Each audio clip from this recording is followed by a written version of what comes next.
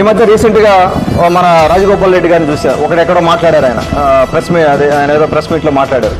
రాజగోపాల్ రెడ్డి గారు ఒకటే చెప్తా ఉన్నా, మీకు మీరు వయసులో పెద్దవాళ్ళు, నాకు ఎమ్మెల్యే అవతల సైడు వైసీపీ ఎమ్మెల్యేగా మీరు కంటెస్ట్ చేశారు.